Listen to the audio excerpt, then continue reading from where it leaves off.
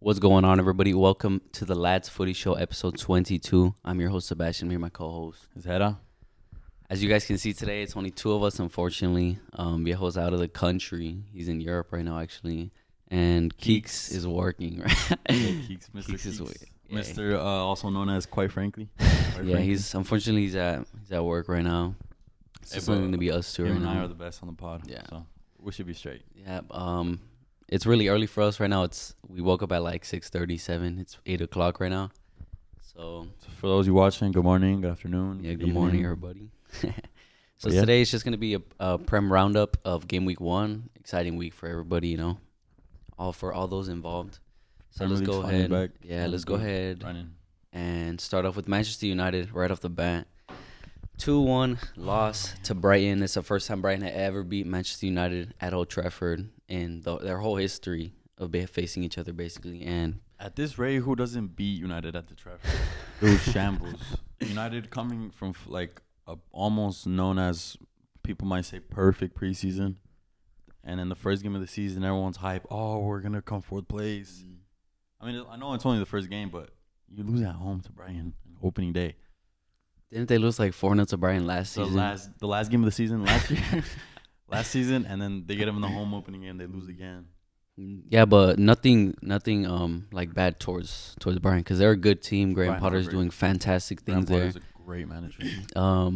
What I liked about this game is Trossard was playing like a wingback, which was sick. I don't think they're gonna miss Cucurella that much. Yeah, I don't think so. Graham Potter has a good squad, and look, transfer window's not over, and they got a bag for Cucurella. Yeah, and that guy Caicedo, I believe he's only like 20 years old. He's from Ecuador. Baller. Yeah, he's really good. He works his ass off. He's good. Yeah, you should check him out. The little midfielder. He's good. Yeah, but as for Man United, Ronaldo was benched for the first half. Right decision, you think?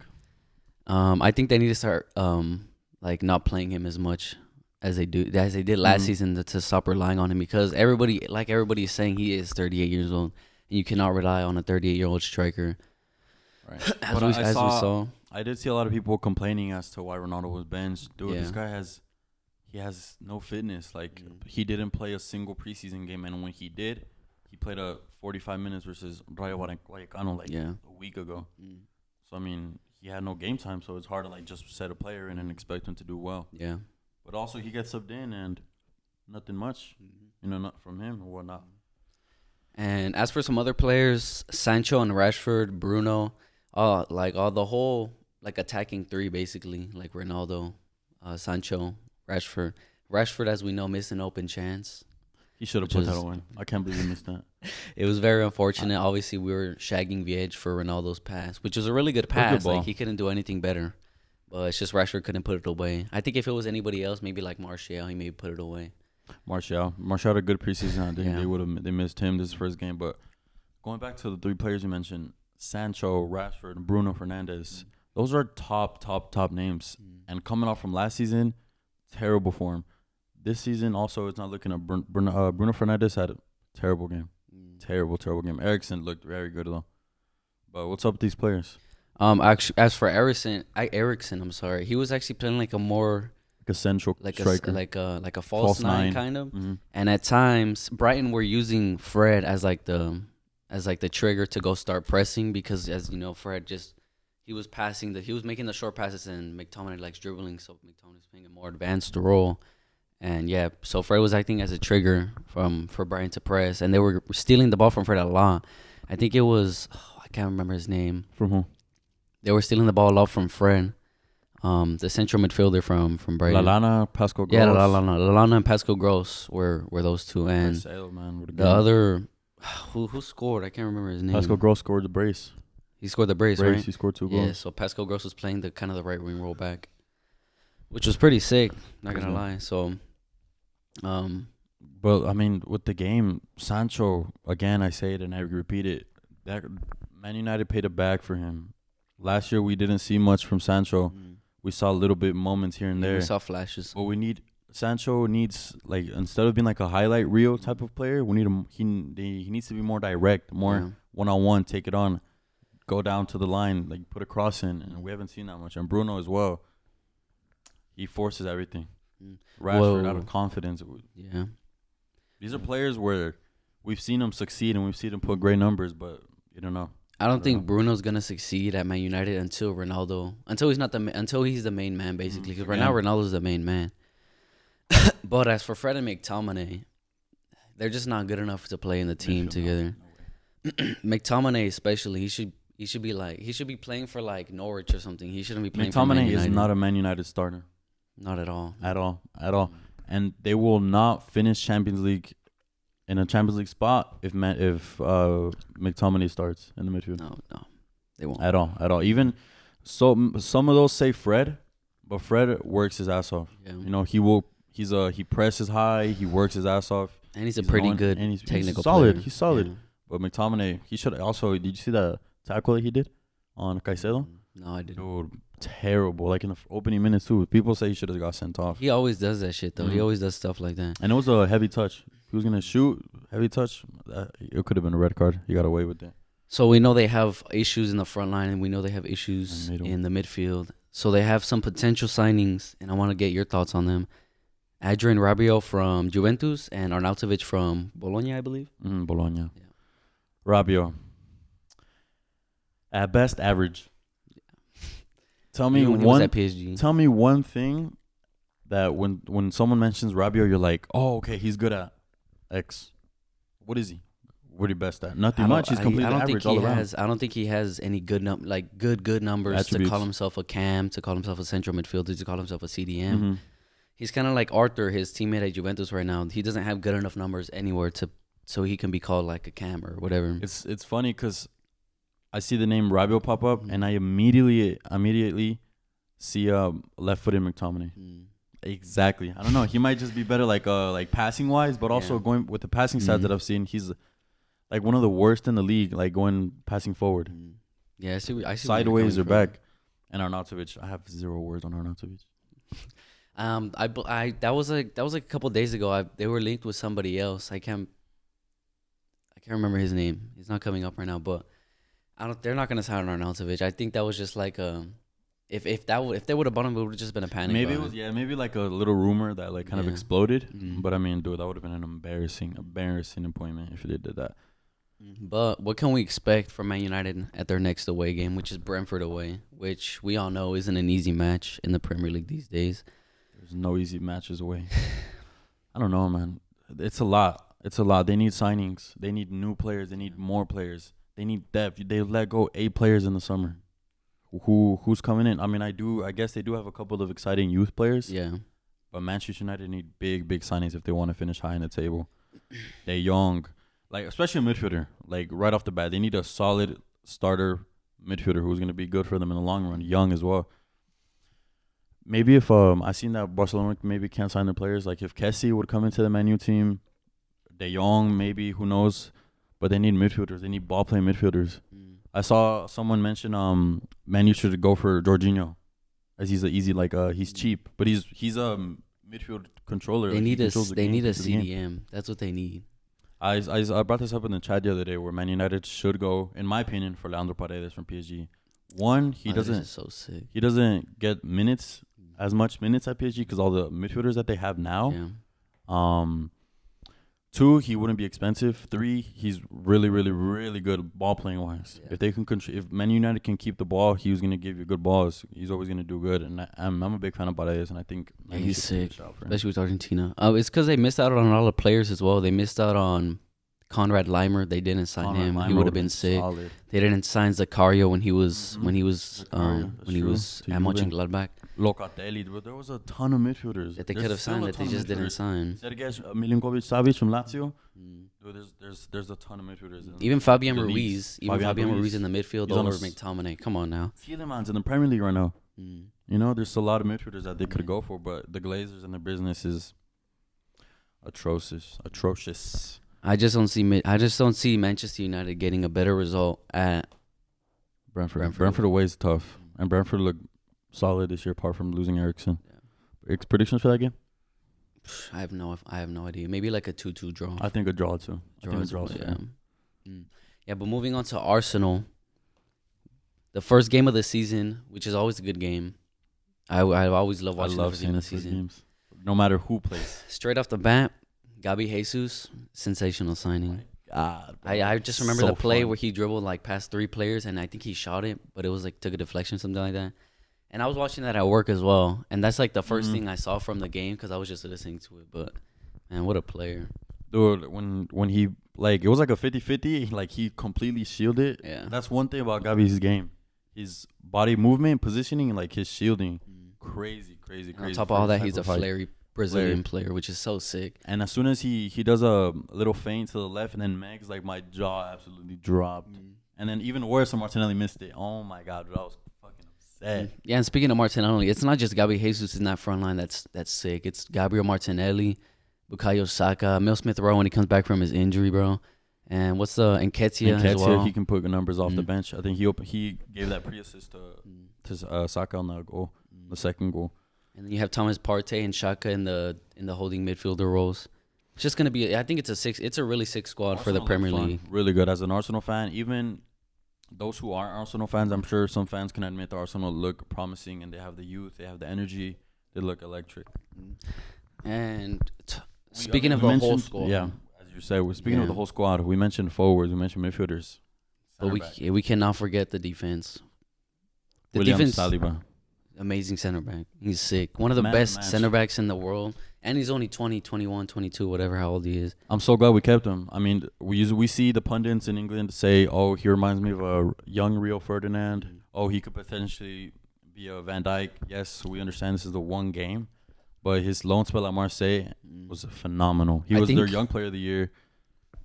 I think both of the loan spells that he had before at Nice, before the main stay here at Arsenal, I think that really helped him a lot. It helped him mature. I think last year, especially because you saw how that Marseille team was playing under Sampaoli, right? Sampaoli. They just play rough. They always tackle hard. And obviously his ex-teammate, Guendouzi, is there as well, who plays like a dickhead. Yeah. But it's based off what I've seen and heard and read, that playing for Marseille is a huge thing to do. Like, you have so much pressure because expectations are so high no matter who's playing, no matter who you're going against. And him putting such top 10, top performances, crazy. Young player of the year. And his loan spell at Marseille is what made him get a shot to the national team. I'm sure he started, I believe, most of the conference. No, not the conference league. The Nations League. The Nations League. Yeah. And I'm sure that he'll be starting for the World Cup. I am positive. Yeah, and he had a mentor of Payet, who was a star in the Premier League, obviously, and he was a French international. So he probably helped him a lot because he was the captain there at Marseille last season with him.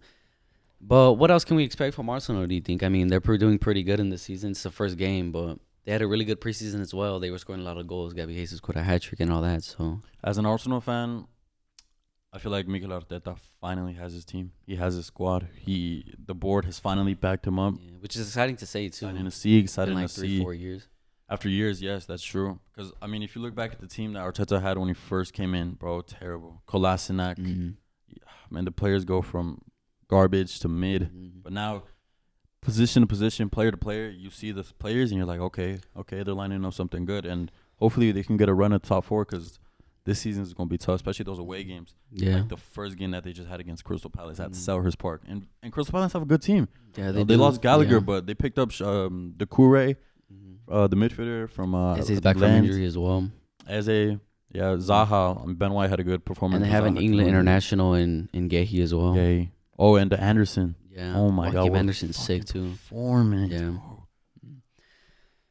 But speaking on players that are growing with Mikel Arteta, we have players that are still like subs or on the bench or whatever, and El Neni as well. He's doing pretty good. Can always come in and do well. I don't like what's his name? Cedric Suarez. Shit. He's so shit. I've seen Arteta's putting Ben White as like a right back kind of. Yeah. But again, we still have Bellerin. We still have Tomiyasu. Bellerin hasn't left? No, but I think he will leave. I think he will leave to Betis after Betis sold their player Alex Moreno.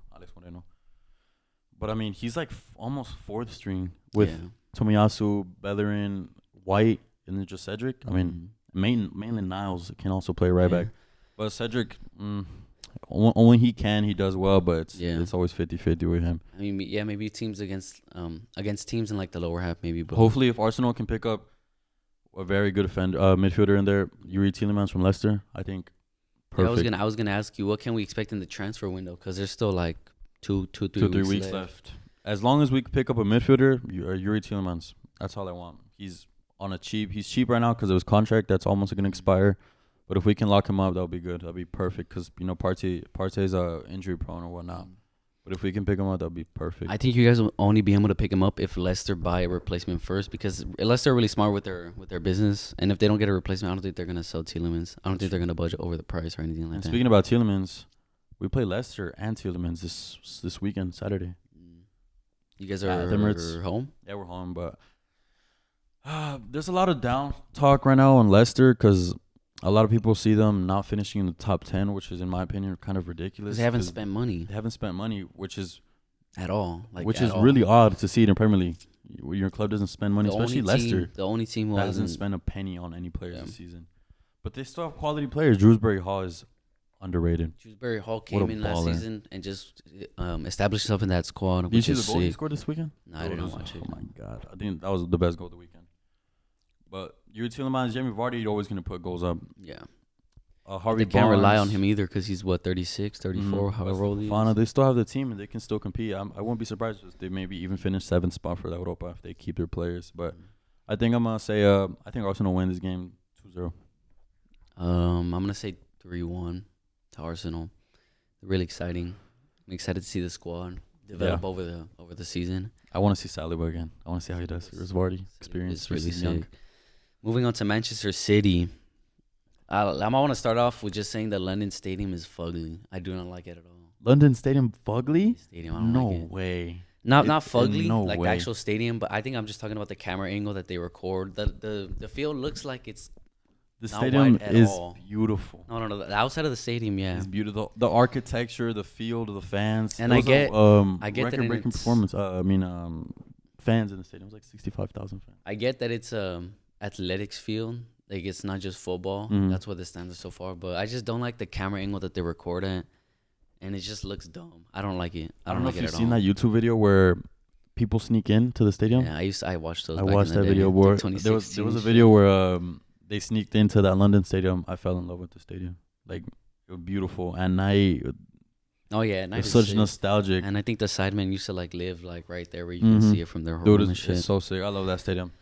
Yeah, but they got off with a 2-0 win at West Ham at the London Stadium, as we all know.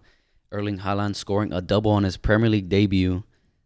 We expected it, didn't we? I expected it. Some of us in fantasy didn't expect it because I didn't put him. West Ham away is difficult. Yeah, I mean, especially how they finished last season, the team and how they did last season. West Ham away is difficult, and the team they have is still good. I mean, they kept Declan Rice after all. But I expected Haaland to score, and I expected Man City to win. And luckily for me, I had Haaland in my fantasy. I don't know about you guys, but he scored 2 goals, and I'm thrilled with that. I did not. Everybody expected him to do this well, but do you expect him to keep the form going throughout the season? And did you expect him to do this well this soon? Because, as you know, it's the first game week still. I didn't. I expected him to take a bit of time, maybe come off the bench a couple of times, even though he was like 62 million. I mean, let's not get carried away with this. I think he will, going back to last season, Lukaku. Our early predictions were for him to finish top scorer, correct? Yeah. We all know how that went. That was a shambles of a take. Yeah. But I'm sure some of you guys also predicted that. This season, we also have Haaland top scorer. Yeah. Or I do. I don't know about you. I don't know who you chose. But okay. Going back to last season, like I said, Chelsea had that Arsenal game at the Emirates. Lukaku started, and he scored in the first minutes. We all thought he was going to hit the ground running. Next game he was going to score. He's going to get on a roll, and he was going to score 20 goals, right? Yeah. He ends up scoring 6 Premier League goals. Let's hope this doesn't happen with Haaland. I mean, Haaland and Lukaku at the moment are levels clear. But I think, no, Haaland's going to have it, and he's going to go game by game. That Man City route that they have the next 5 games is perfect for him to grow. Yeah. I wouldn't be surprised if he scores 10 goals in the next 5 games. A double every game. Like that. A hat trick maybe. Because of just the team that Man City have. I mean, he has De Bruyne feeding him. Yeah, I was going to say, Lukaku last year and Haaland this year are in 2 different situations. Yes, that's true. You found Lukaku in a team last season who was kind of struggling to score goals. They didn't really have a striker. They're playing with a false 9 all year. In Havertz, even though they won the Champions League the year before. And this season, you see Haaland in a free-flowing Manchester City squad that are always creating chances. They just didn't have a striker to finish them off all the time. That's true. And now they do have a world-class 22-year-old striker who's going to finish off all of their chances that they give him. I hope he stays fit. Yeah, because last season he missed like 60% of the games that he had available to him. That's why Dortmund did so poor last season. Yeah, they were missing him a lot. Haaland, man.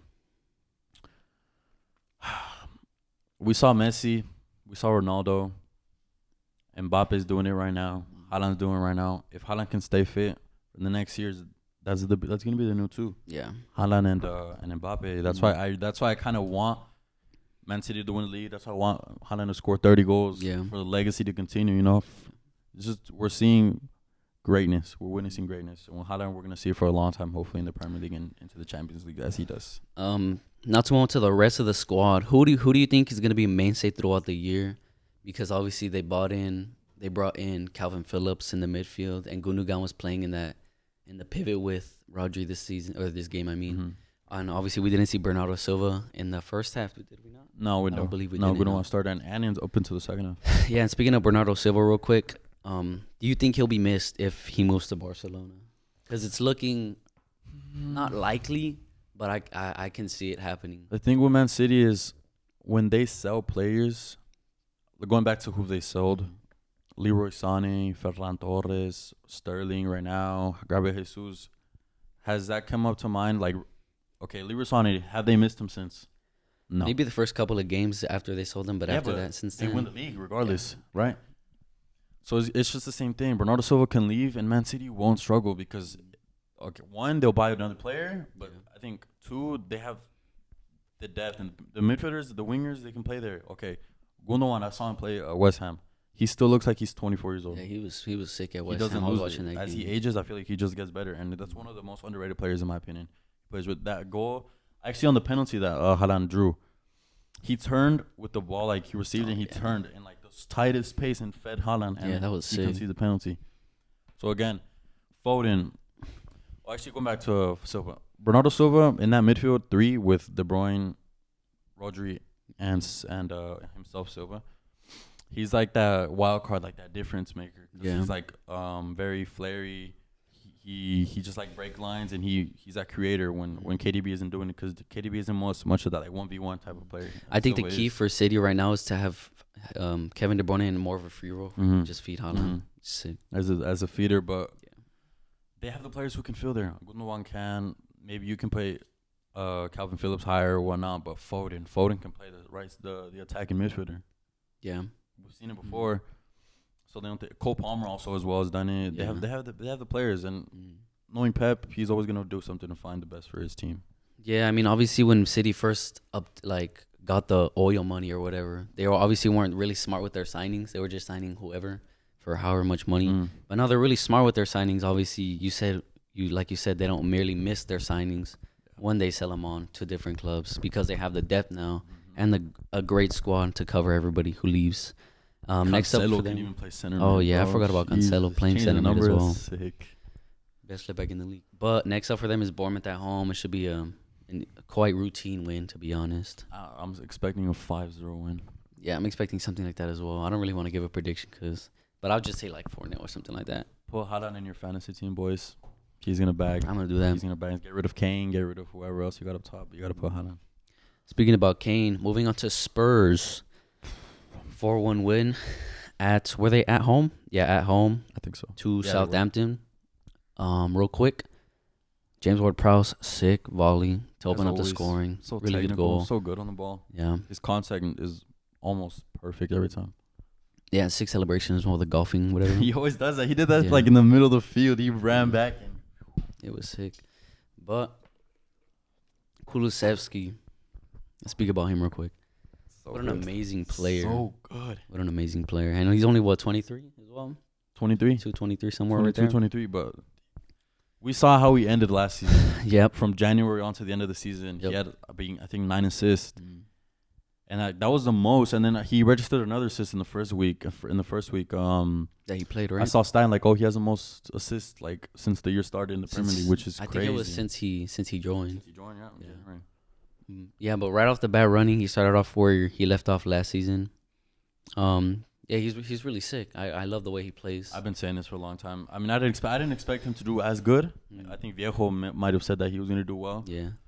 But recently, like, I've been falling in love with the player. Apart from him being a Spurs player and it's a rival player, but you gotta accept like greatness and ballers when they come. Yeah. But again, I feel like he right now is in the best position for himself because he's that major difference maker for Antonio Conte. Yeah. Because we've seen Kane and he's dropping in deeper. That's why I also got rid of him in my fantasy because he's like more the creator for those two. You know, Son, who always get in goal, but I changed Son for Kulusevski like 30 minutes before the week, and I'm so glad I did it because he got a goal and an assist. Yeah, and an assist. Speaking of his goal, real quick, the turn and the shot. He was really smart with the shot because he was hiding the ball from the goalie with the player right in front of him, and he just curled it into the far corner, which is so sick. Yeah, IQ. It was so sick. But also, Son bagged an assist. He unfortunately did not score, and it feels kind of like Son picked up from last season. Yeah. I was gonna say as well. It kind of feels like they're kind of playing for themselves, Son, because he wants the golden boot because he tied with Salah last year. I feel like he wants it for himself. Because there was a play that when I was watching the game where he dribbled past like 2-3 players, and Kane was right there for the tap in, but he didn't give it to him, and he just skied it over the crossbar. Of course, there's gonna be competition between those three, and then Richarlison. I mean, now that I mentioned Richarlison, I'm gonna go over the signings that Spurs have made. They've made these signings: Longley, Bissouma, Richarlison, Perisic, Jet Spence as well. Jet Spence and Longley. None of them played. Like, none of them started. Ryan Sessegnon had a game. And he scored his first Premier League goal for Tottenham. Emerson had a game. So, I mean... All of a sudden, bro. All of a sudden, dude. Like, it's good, though. That's why clubs sign these backup players to motivate the other players. So, there's that competition so they can provide it on the field and show their work. Yeah. This is good for the club. I mean, if you guys are Spurs fans, and, I mean, I'm sure you guys are excited, but you guys should be thrilled with the way you guys played the first game. And the team you guys have. Charlison's back because the first game he was suspended from, like, Everton. Perisic is fit. 100%. Yeah. Sick as well. Longley, Longley, who's injured? Jet Spence isn't? No, Bissouma's injured. Yeah. Bissouma's still injured. Yeah. They have these depth. Oh, he played that game. Bissouma played that game? Yeah. Oh, then I didn't see. He went in for a really strong challenge against one of the players, but... One player I do want to mention that isn't too common to mention in the Spurs team, Eric Dyer. Eric Dyer, ever since Conte came in, ever since he's been playing the center back role out of the three. He's been because he used to play that for England as well, and you can see that. Until he got his shit, he turned into shit. Yeah, his distribution is really good. We all know that. He's up this career though. That's the thing with Conte. That's what Conte does. Doesn't matter who you are, he's gonna pull the best out of you, bring the best out of you. And Romero, what a fucking man, dude. One of the best center backs in the league. Easy. Probably behind Van Dijk and maybe Diaz. I'd maybe say he's a little bit better than Diaz, maybe. But is this finally the year that Spurs win a trophy, do you think? The Premier League? No, I don't think the Premier League. I think that's a little bit too far. I think that's too far too. But I've said this before, but I wouldn't be surprised if Spurs go for a cup, Carabao Cup, FA Cup. Yeah. You know, because they have the pressure. Yeah. Conte has the pressure. And Conte in cup matches, he's going to play his starters, bro. And even some of his bench is good enough to beat these teams because like a team like Liverpool, they don't have a lot of depth. Especially with Thiago. I think they have the worst depth out of the top six. Or like top four, not six. Yeah, defending wise. Manchester United's pretty shit as well. The thing is that like team if they were to go up against a Liverpool in a semifinal, Klopp would play his bench because that's what he does in cup games. He doesn't really give a fuck about like his cup duels and whatnot. So I think maybe they can get into a final and maybe win. It depends who they're up against. They're in Champions League, right? They're in Champions League. If they exit at the group stage, which I don't think they're gonna do, but if they exit at the group stage and go for the Europa League, I think they go in the Europa League. Exit the group stage? I mean, we don't know who they're we don't know who their groups are, but I think they have a good enough team. They have a way better team to go to the next round. Yeah, they do, of course. But if they don't exit, it depends who they if they finish third and go back to the Europa League, I think they'll be fine. They'll probably win the Europa League. Let's be honest, unless Barca goes down again. Arsenal's in there. Don't forget. Oh yeah. Yeah, but these next two, we're gonna move on now. These next two are really. Before we move on, we have the game of the week. Which one? Chelsea at the Stamford Bridge. This shit was boring.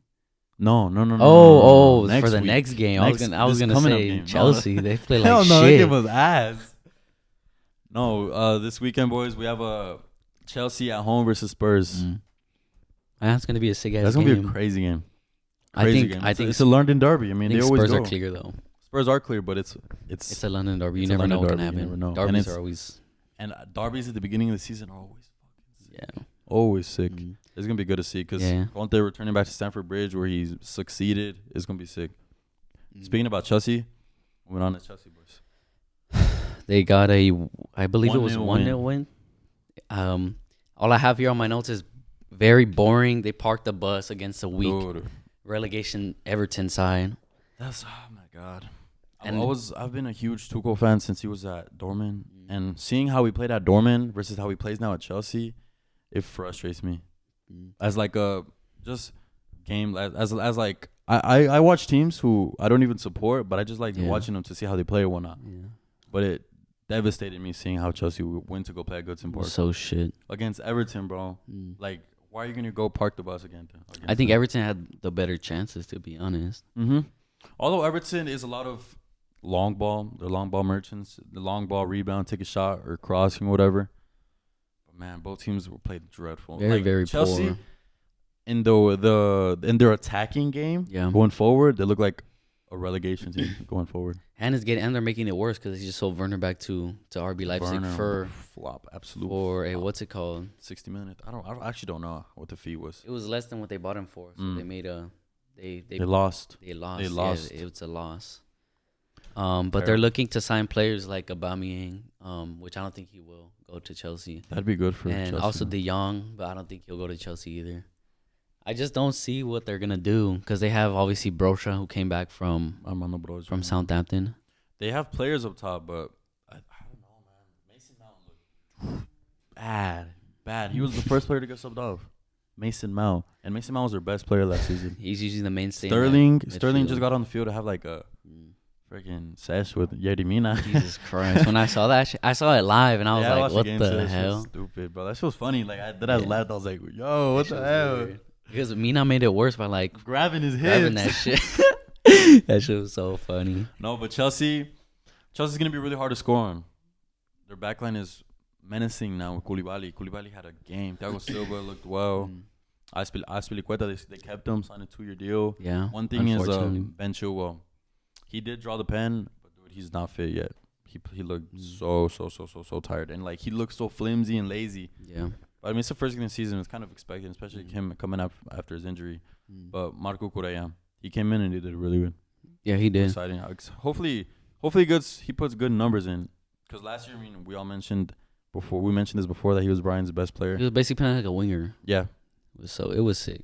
But if Chelsea want to compete into the top 4, they got to score some goals and they got to create chances because we didn't see none of that at Goodson Park, apart of also being the first game of the season. Yeah, and speaking of those two, Ben Chilwell and Cucurella, they spent $115 million on 2 left backs. That one of them is gonna have to be a backup. Like they both. Chilwell was a hefty price, wasn't it? Like 60? It was like 50 something. Terrible. And Cucurella was like 65. I mean, but they did have that Russian money with Roman Abramovich. Yeah. But Chelsea and spending, man, or another oil club. Yeah, it looks like they're gonna sell Marcos Alonso to Barcelona, which is. I don't even want to say anything about that. Marcos Alonso was good at Chelsea though. Like he was. He when I see him play, it was look like he's playing like especially under Conte too. He was sick under Conte. Really even this, so he has some moments last year for Chelsea under Tuchel too. He did well. But yeah, let us know your thoughts about Chelsea. Do you think they're making top 4? I think they will. Not. Yeah? I don't think so. I don't think know predictions. I said they're not. My predictions. I haven't finished in Europa League, Europe, 5th or 6th with Man U. And obviously next up is obviously Spurs away. We just talked about that. So moving on to the last. Oh wait, prediction for that game. This is an exciting game. I think Spurs are gonna win, probably like 2-0. I don't think Chelsea gonna score. If they can get that result, that's a huge statement win. If Spurs manage to beat Tuchel at Stamford Bridge, statement win, man. Statement. It's gonna be huge. Everyone's gonna be like, "Oh, watch out for Spurs. Spurs this, Spurs that. Spurs this, crazy. Spurs that." Everyone's gonna be hyped up. But I think it's gonna end up in a draw. I will not watch the game because every time I watch Spurs, they win. They win. And I've had bad experiences because they're losing and they come out with a crazy like comeback and they win. That's one thing. Yeah, I think I'm a curse. I remember one of them that we did watch, or I think it was all of us. We watched against City. Yeah, we all they scored when they won like 3-1 or something like that. And Kane scored a header. Dude, that was a crazy result. Moving on to the last game of the Big Six, I guess I suppose. Liverpool against Fulham. Were they away? They were away at Fulham. Mitrovic proving his haters wrong already. They're good for him. It's his time. I think it's Mitrovic's time to finally get his goals in. He's had his chances. Unfortunately, they haven't gone his way. But I think it's this season where he gets over 10 goals this season. And I think I've said that I predicted Fulham stay.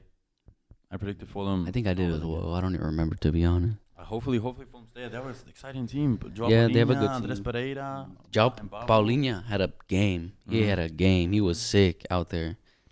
But this result 2-2 for a newly promoted team, a disappointing result for Liverpool. Very disappointing. It is giving me flashes of Arsenal and Brentford last season, except Arsenal lost. But this is basically like a loss for Liverpool. But the thing is, last season, the first game, the squad that Arsenal had is levels behind Liverpool starting level. Yeah. Like, terrible. I mean, Liverpool, obviously they scored. Arsenal didn't that first game. But Roberto Firmino started. Complete ghost. Nunes comes in. He gets subbed on the 50th minute. And like 10 minutes in, he gets a goal. And then later on an assist. Yeah, he tried to get the back heel the first time, and then he just looked like shit. Oh, that's sick that like he attempted it already, and then he did it. He had completely succeeded in scoring the second time. Yeah, it was a goal back. It was a good back cheeky goal. And then Salah, he got an assist and a goal, right? I think so too. I had him in my Premier League fantasy. I had Salah as well. I captained him. But I mean, Liverpool, man. And Nunez has to start. I think it's finally convincing now. Yeah. I mean, he's 100 million almost. He needs to start over Firmino. I think his time is kind of, I would say, done. Maybe in the coming probably year, season, and what. Thiago injured. Oh yeah, that's gonna be a big miss. It's gonna be a big miss. I mean, Liverpool don't have the toughest, busiest schedule in the beginning, but I mean, the away games like this can always haunt you back later in the season. Yeah, and like I was saying before, they have really bad depth. They probably have, who are they gonna put in there? Jordan Henderson, Keita, who hasn't lived up to the price tag. Keita's so average at best. And they have Carvalho from Fulham. It's because they have attacking depth. Yeah. They did lose Sadio Mane, but again, they picked up Nunez, Fabio Carvalho. He came on and he did really good. Diaz, Salah, of course. They lost GW1 Origi, but I mean, it's fine. But the midfield depth, that's where it's needed. Especially like with reinstating the midfield or whatnot. Who would you put in that starting midfield? For this weekend? For just in general. In general. I mean, the best midfield that they have is what we've seen. Fabinho, Thiago, and Henderson. But now, it's going to have to be Keita, Henderson, Fabinho. But I don't know why. If Ox is fit. I don't think Ox is fit. And but I think he can. I don't think so. Harvey Elliott is a good wild card for that midfield. Hopefully, if we see him in the midfield role, that'd be good to see. Hopefully, that's kind of sick. Especially like the young player that he is and exciting. Yeah. Hopefully, he gets a good shot maybe for even the World Cup. But I think Liverpool need to go spend. They need to go into the transfer market and look into players. Fabian Ruiz is on the market. And he's that crazy good looking player. I mean, he's very, very talented left foot. Tielemans is on the market. Fabian Ruiz is on the market. And these are players that won't be 70 million. Yeah. But Liverpool, if they want, again, compete in top four, stay in the top four, or even battle Man City for the champion, for the Prem, they gotta go get some signings in. They need some moves to be made in midfield. I think those two signings that we just mentioned, though, I think both clubs of those players are going to be hesitant to sell because, like we said, Leicester haven't made any business, and Napoli are losing a lot of players. I told Matt they're going to relegate. Yeah. Probably not, just jokes, but yeah, Napoli's been losing a lot of players. But Liverpool need signings. Yeah. Their next game, I did not put their next game. I didn't put their next game. I don't remember. Check real quick. Liverpool, they're playing home, so they're probably gonna be away this time. Wait, let's see, Jesus, I'll check that shit real quick. Crystal Palace at home. And then Man United. Yeah, that should be a routine win for Liverpool. Let's be honest. Yeah, this should both games. Wait, their next 4 games, There's a Palace United Bournemouth. Like they won't miss Thiago for the next couple of games, but he needs to stay fit for the big games. Yeah. He's a difference maker.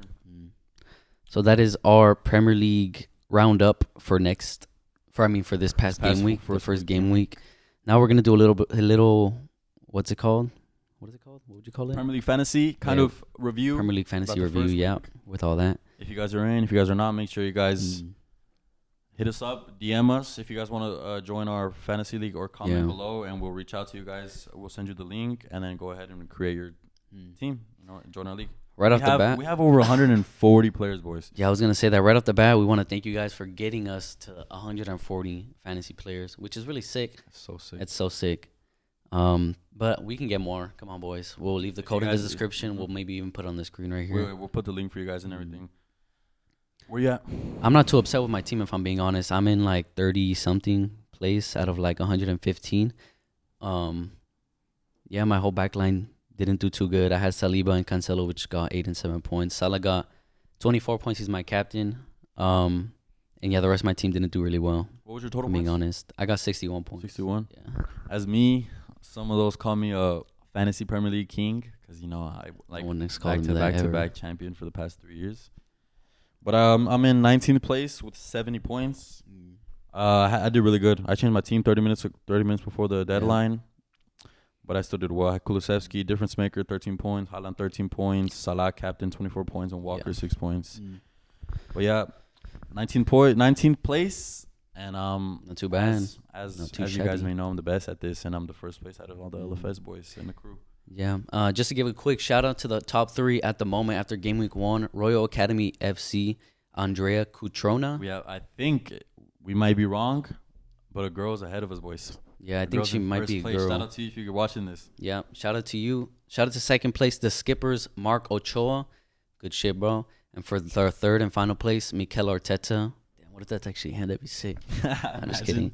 Third place, Mikel Arteta. Oh, he's actually tied with somebody. Mikel Arteta and Folge Hauge. Alphonse Hogland. Yeah, Alphonse Hogland and Brandon Sale. You guys are tied for third. Good shit, guys. Keep it up, boys. It's going to be a long season. Remember, long season. Don't get too desperate. Don't get, just be chill. Yep. But yeah. You guys should be fine. Thank you guys so much again for 150 plus in our fantasy team. Yes. Make sure you guys like, comment, subscribe. Yeah. Comment who will finish in the top 4. Comment how your team did this first weekend. Comment with your predictions for the next couple of games. Yeah, and we're going to have more next week for you guys because obviously La Liga is starting this weekend. You Barca Madrid fans, stay tuned. We got content coming up, boys. Yeah. Just real quick, the Jow Camper Cup. Sick.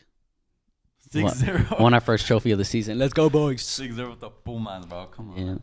Yeah, but again, make sure to like, subscribe. Go follow our TikToks, our Instagram, all of our social media. It's going to be down in the description below. We'll see you guys next time. Peace. Peace.